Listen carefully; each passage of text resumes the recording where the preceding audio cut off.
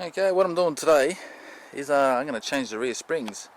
You can see how the center's sagging down compared to the front. As she's nice and high there, probably about, I'd say, 6 inches from the tyre to the guard, and the rear probably about 1.5 inches. And what I'm going to be putting in is Coil Springs instead of Tarago, because they're a heavier duty and they're one coil longer. Everything else is the same, and I'd really like to get the back end up nice and high. I do a lot of towing, and she's a good workhorse too, as well as a family car. Here I've got the stands underneath the van, just as a safety precaution. I've had a car follow me once before, got away from it just in time. Not going to happen again. So put your car on stands and put the wheels underneath the back, just as a safety precaution as well. If the stands give way, you've got something else to land on. As the back of the van's up in the air, I've got no brakes, so don't forget to chock up the wheels as well.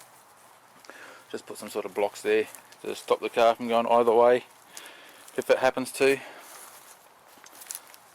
Okay, there's the original spring there, still in the van. What I've got to do is got to undo the caliper, got to undo this ball joint. There's a sensor here that needs to be undone as well. Underneath here, got the front of the, I'm not really too sure what you call it, I call it a wishbone. So you've got to undo these two nuts as well. Drop the front of the wishbone. Then the whole side will come down enough to get this spring out, and put an original one in. So I'm going to do that to start off with. The springs I'm actually going to put in are a bit thicker than that, and one ring longer. So I'll show you the two springs side by side before I put it back in. Hopefully I can get the other spring in, being it that it's a little bit longer. But if not, I'll have to also undo that there as well. That actually kind of like a wheel alignment, if you wish, levels the wheel up, and I don't want to undo that if I don't have to. So okay, that's about everything here. What I'm showing you here is got the ball joints undone, the shocks undone, calipers hanging loose over there. I didn't have to take the disc off, I just thought I would since the handbrake's not on anyway. And good opportunity to show everyone that where the handbrake pads are, also known as emergency brake. Yeah, they look like they're pretty well worn down. I'll have to change them one day, and I'll change the disc as well at the same time when I finally do that. But so you've got the sensor undone there. I've got whatever leads, including the sensor line. That's the sensor line plug from the other side, and that's the handbrake emergency brake line. Just loosen them all off, so when it drops down they're not going to pull too tight and end up breaking something. I've got two jacks. One had to hold under there, so I could undo those two bolts, and a jack underneath to support everything else. And I'm going to let it down now and show you the next bit. I'm facing the brake line is starting to tighten up here, and I'm not real keen on undoing these shoes, as in not knowing how the lot all goes together yet. I need to do a bit of reading up on that, YouTube and FB, find out how to do that bit. But underneath the van there's another spot where I can undo it to get a bit more slack on this brake line. So not real comfortable about doing it, but as I'm on stands, I've got the tyres and everything giving me support. I should be pretty safe. Just showing you here, in comparison from the Tarago to the Kia, you can see that the spring is pretty much the same width, but the standing side by side, the Kia has a little bit more height, and the thickness of the spring is probably about 2 or 3 mil thicker, so it should work out well. As you can see from my old springs, they were sagging that much that the van was just resting with its what do you call that? Anyway, I'll look it up. Can't remember it right now.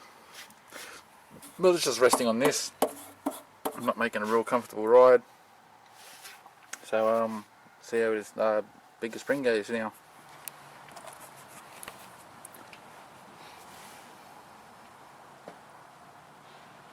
Right, now it's the next day. I did the left hand side earlier, the beginning of the video, finishing off with the right hand side.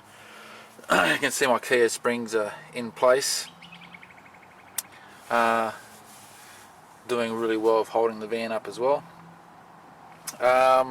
Just wanted to show you what the left hand side looked like. I ended up having to take the disc off to get to the drum brakes and undo the brake line, because the brake line on the right hand side, and if it's a Previa left hand side, is too short to drop down with the old spring to get the room I need to get that spring out and get the new spring in. And speaking of that, the Kia springs are a little bit longer, so I had to cut them down a link and a half or a link and a quarter, bring them to the same size as what the Tarago original spring size was. Because what was happening is when I put the spring slightly bigger in, I'll tell you the story.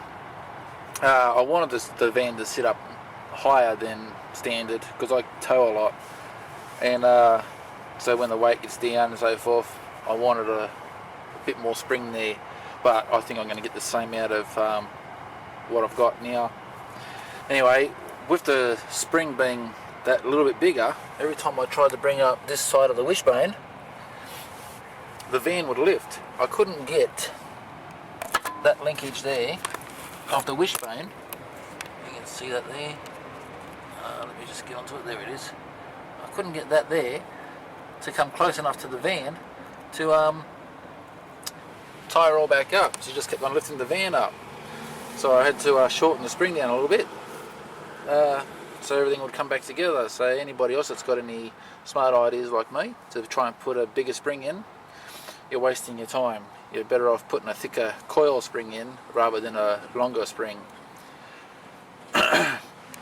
Everything else, your standard, undoing the lines, undoing the brake line from inside the drum.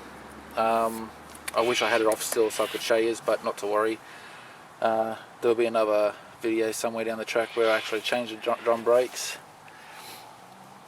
Everything else came together quite well. So like the beginning of the video I said, you have to undo the shock, you have to undo that part of the wishbone there, and have to take off the upper control arm, which I'll be changing mine soon because the ball joint is actually worn on both sides of mine. I've ordered a couple from the UK, which will be in a later video when I replace them once they arrive, and that'll give you enough to drop it down. When putting it back up, well actually when you're dropping it down, make sure that you got a jack underneath the center of the wishbone and underneath the that part there of the wishbone. There's a lot of tension on that part of the wishbone there, So you don't want to try and undo those two bolts on their own, because the wishbone will come down with a lot of pressure, and if you've got your arm under there, she'll break your arm. So make sure you've got a jack underneath there, a jack underneath the middle of the wishbone. So once you've got everything undone, then you can let both jacks down evenly together. Once you've got them down far enough, there'll be the L will slacken off, and you'll be able to remove the jacks, change the spring, and then you'll have to put both jacks underneath there again to bring them both sides back up. Remembering both sides, you have to lower them down together and bring them back up together. Otherwise, like I did on the other side, this part of the wishbone here was the biggest problem I had. I had to line the holes back up with that mount, and it wasn't such an easy job, because I bring up the center of the wishbone on its own without realising that I had to do both sides at the same time. So it's a lesson learnt to me, and hopefully others can learn by it.